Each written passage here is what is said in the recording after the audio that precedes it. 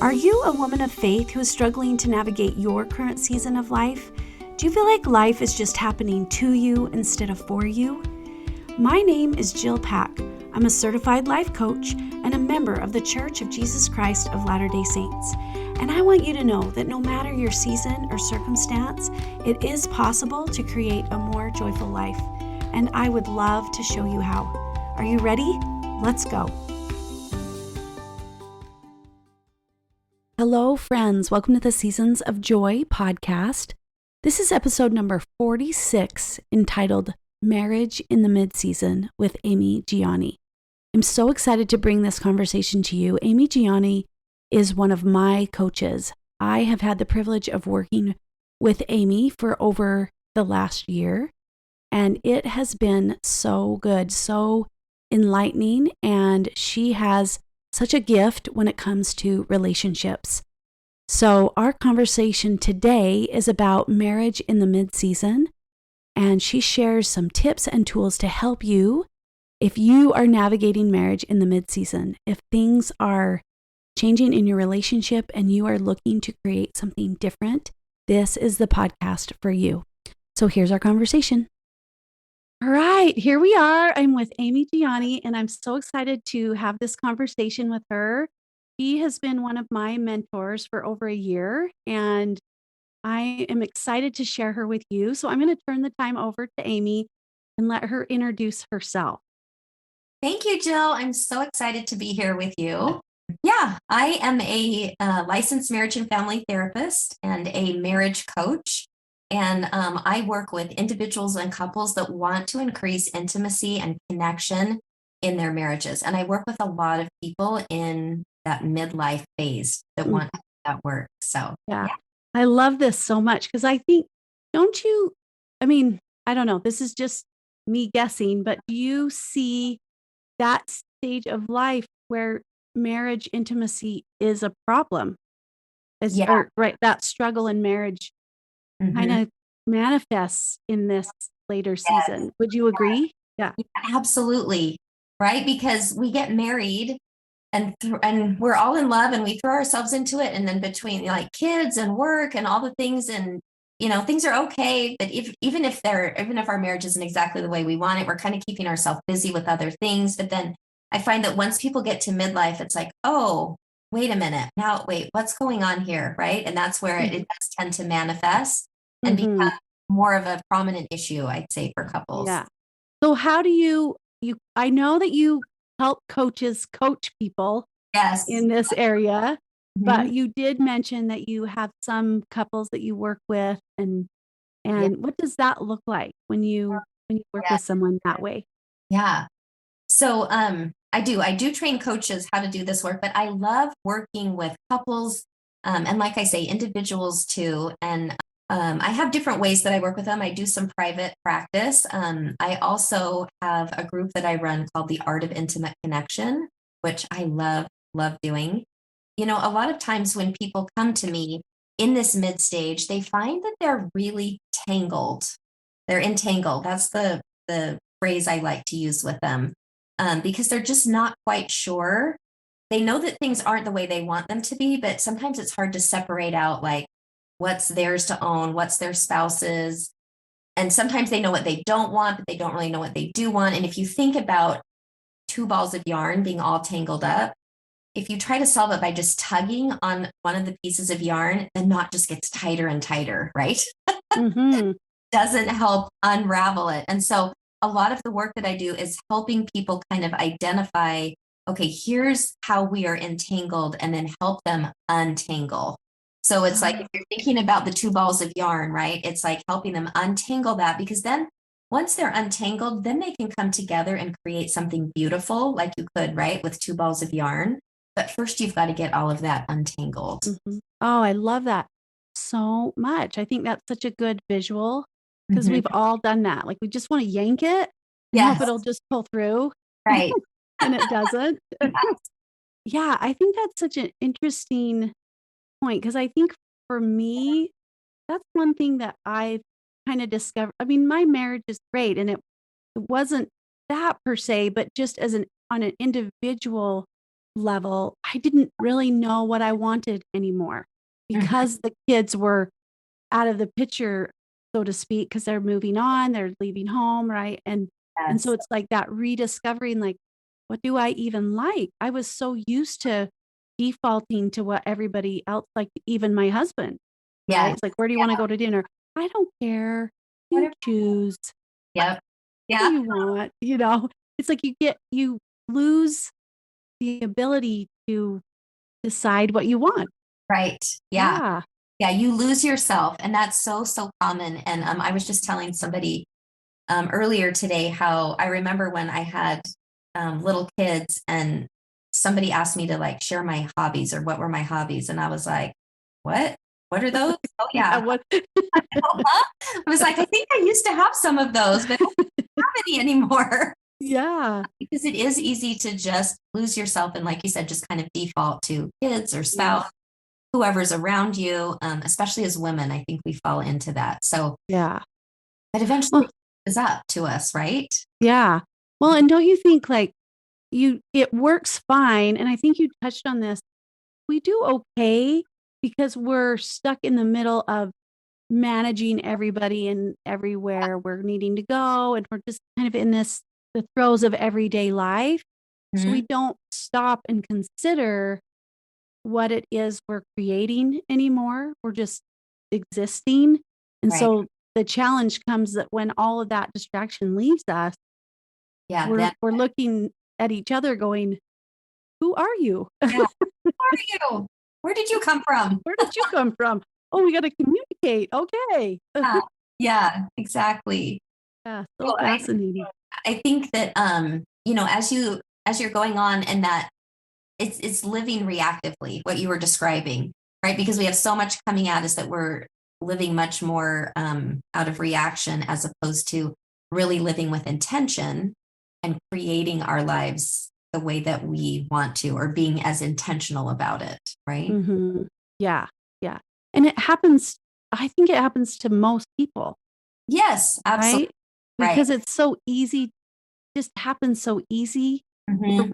we're trying to, it just, we're efficient. We're taking care of stuff. Good intentions, right? Because it's like, oh, there's a lot to get done. I want to make sure that I do it. I want to, be here for my kids, be here for my husband. I want to, do all the things. So it comes with Hmm. intentions, Yeah. and much of it is good that we're doing, but it's just when we take it too far, right? Anything taken to an extreme Hmm. becomes unhealthy. And so it's when we take it to that extreme that we end up losing ourselves. Yeah, that's so good. Because some people would say, right, like, well, no, I care about my family. I want to do good. Like, Mhm. it feels selfish to maybe consider what you want, but it's not, it isn't about disregarding anybody else. It really includes considering others, but giving the same amount of consideration to yourself as a person. Yeah. So that reminds me of this concept that I love. It's a Buddhist concept and it's of near and far enemies. And Brene Brown also talks about this in her book, Atlas of the Heart. It's this idea that, so you can think about boundaried love. That's really the healthy kind of love that we want to have for ourselves and for our loved ones, right? Boundaried love is where I can love me and you at the same time. That's what we really want, right? And the far enemy of that is selfishness. So we're not going to go all the way to selfishness, right? Because we know we don't want to be selfish, right? And we really want to have this boundaried love. But where we get tripped up is sometimes we don't get tempted by the far enemy, which is selfishness, but we get confused by the near enemy, which is self-sacrificing. And so we think that when we're self-sacrificing, that that's loving our family, that that's taking care of them, that that's being the kind of wife and mom and person that we want to be. But it's the near enemy because it undercuts, it undermines what we really want, which is boundary love. Yeah, because self-sacrifice is a one-sided love, Yeah. right? Or it's just you're giving, giving, giving and Yes. not loving yourself. And sooner or later, that turns into losing ourselves or resentment Yes. or right a number of things that Yeah. aren't going to help create a more healthy or boundaried love. Yeah. Yeah. Right. And it gets in the way of genuine like connection and intimacy with your loved ones. Because it's one-sided and you think that you're doing this all for the other person and you're sacrificing yourself, but it causes a lot of, it tangles you up, right? It gets Mm-hmm. really entangled. Yeah. Yeah. Because it Well, does and that resentment and all the other pieces to it. Yeah. yeah, that's what I was going to say. I'm just thinking about it, just even in my own experience, right? When I'm self-sacrificing, I have expectations of others, Yes. Right. right? Such a good, Like they yeah. should appreciate me. Do they not see what I'm doing? Or a number Yeah. of things, right? It does shift. It does become, in some way, it's self-sacrifice with a little bit of selfish.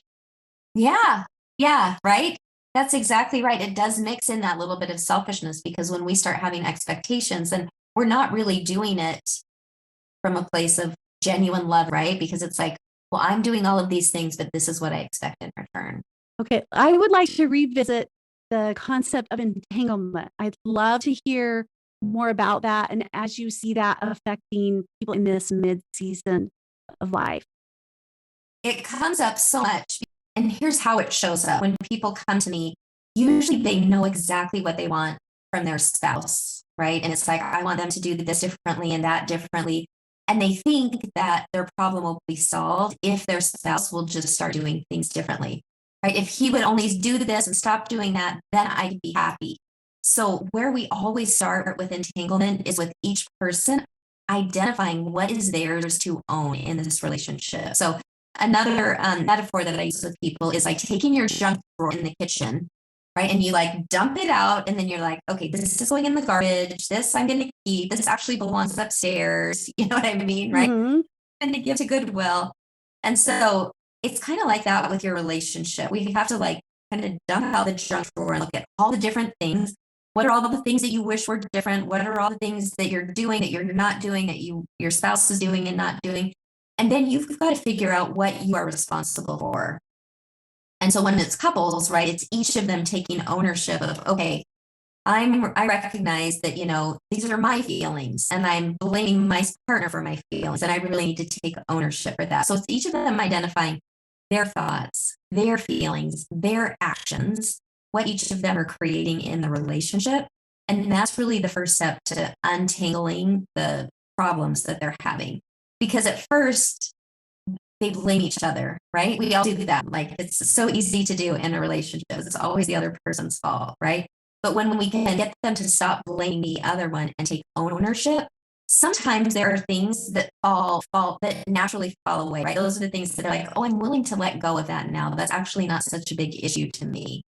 So what would you say is the biggest, and maybe you can't answer this, but it would be interesting, like, where do you find the most resistance in that process? Like, what kind of things do people have a hard time owning as they Yeah. clean out their junk drawer? Yeah. Well, some people are really open to self-confrontation. And then sometimes I think it's how much pain are they really in, right? Because once they're really in a lot of pain in their relationship, and by pain, I mean that, they're in a place where they're really unhappy and they really want it to be different. Usually at that point, they're much more willing to take a look at the role that they're playing in it. Because, some people, like I say, are really open to self-confrontation and other people not so much. And that's really a factor that's going to determine the future of this, like how well this is going to go. If both partners are ready and willing to self-confront, it's going to go a lot better than if neither of them is, or, one of them isn't.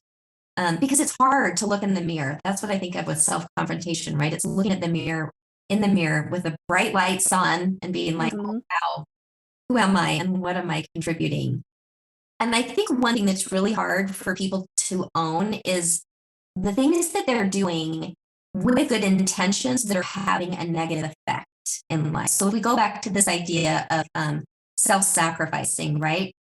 If I'm doing all these things for my family because I love them and I want to help them, it's coming from this good place in me, but if it's having a negative effect because I'm also attaching expectations to it, right? That's oftentimes a hard thing to own because people want to be like, but I'm doing it with good intentions. I didn't mean to cause a problem, right? Which that is important to note in a relationship. You know, you want to give your partner the benefit of the doubt that they're not trying to harm people or the relationship.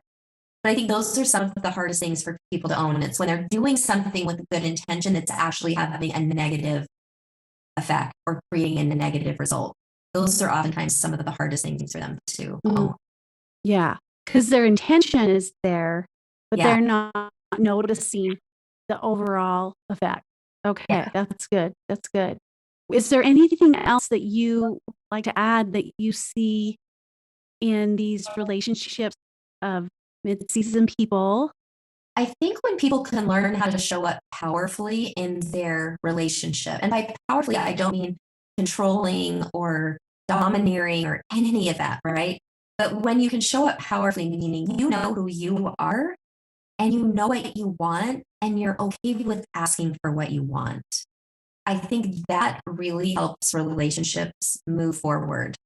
Because sometimes, people will kind of tiptoe around things. They're like, well, I don't want to bring it up, or I don't want to be harsh, or, maybe I should just get over this, or, right. It's all that stuff that keeps things under the rug, which makes things worse. And so the more that people are able to know who they are, know what they want, and show up in a powerful, I'll say a powerful and loving way, right? Mm-hmm. But the Mm-hmm. more they can show up that way, the more that it's going to help their relationship move forward. Yeah. Even if it may initially cause conflict, right? If you show up in a powerful way and you ask for something that's important to you, maybe your spouse doesn't like that and they don't agree or they don't want to do that, right? But there may be conflict there, but the more that you can show up in a powerful way, you'll be able to move through the conflict, right? Because you'll be able to figure this out together. Mm-hmm. As Well, opposed to hiding behind something, right? yeah. Yeah. And don't you think that it's about being okay with the other person being a little uncomfortable? You're not trying to change them or fix them or actually even make them see it your way initially. Right. I think that's when the weirdness happens. Is Yes. right? Like we expect them to behave or react or think in a certain way. And then when they don't, we decide in our mind that, okay, now we can't talk about this or that because this will happen. And so then we just avoid it. Right. And then it's just more weird. Yes, exactly.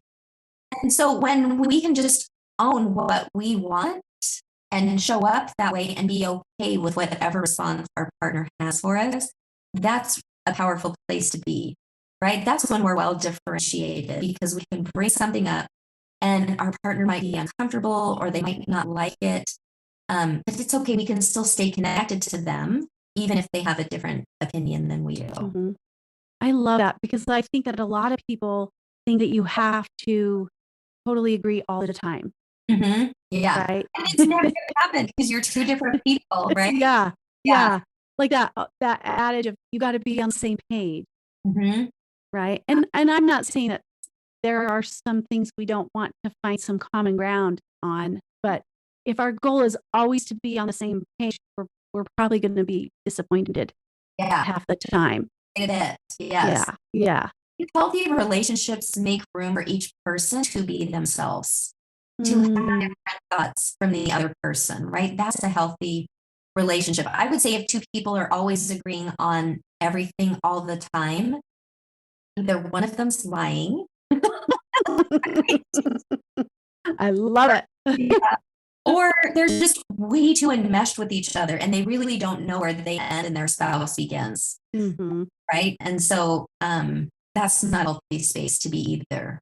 Oh, that's like a good one-liner. Will you say that again?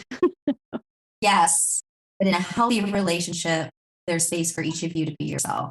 I love that because sometimes I think we have a misconception about marriage, right? Because we are taught like we're one, we come together, right? It's a team, Right. which is all true. Yes. But taken to the extreme, we lose our individual Right. ourself. Yes. Yeah. And having a strong sense of self is what creates a healthy relationship. When you have two strong people that come together, knowing who they are, because when we're okay with ourselves, we have so much more compassion and leniency for others, right? I think we're able to give people the benefit of the doubt. When we know who we are and we feel strong in ourselves, we're able to hold space for other people so much better. And that's why healthy relationships are created from two strong people being together. Yeah, I love that. I think that it is such an important point and thing to understand is spending time on getting a strong sense of self isn't selfish. It's actually it's I don't even know if selfless is the right word, but it's a loving. It's Yeah. loving for your relationship when you spend the time to make sure you're healthy and strong. Yeah. That that you're bringing that into that relationship. Yes. Having a strong sense of self is actually a good relationship builder. Because I think that helps you you're not depending on that person to agree with you or do everything you say, or you let them be them. Right. Because then you each have freedom within this space of your relationship. So yes, you come together. Yes, you're connected, right? But you have freedom within that space and within that togetherness, within the relationship, right? Because we all want to have freedom. David Schnarch talks about how we want to belong to ourselves and others at the same time, which is what oftentimes creates conflict for us. But when we can make space for that within our relationship, that we can belong to ourselves while still staying connected and being with ourselves, that's the really powerful and healthy and happy and joyful place to be. Yeah, I love that so much. I just think we limit ourselves when we don't take care of ourselves. Yeah. We limit our relationships when we don't take care of ourselves. It's Yeah. just it really is the foundation to everything. I decided a Yeah. good strong sense of self is where it all begins. Right. So even when couples come to me, we start with their relationship with themselves always. They Yeah. take a look at that and strengthen that, because that is the preliminary work that has to be done before we can even work on their relationship. Yeah, it's like it's the foundational piece. And if you try to build a marriage structure on top of that, it's going to collapse because there's not a foundation that's sure.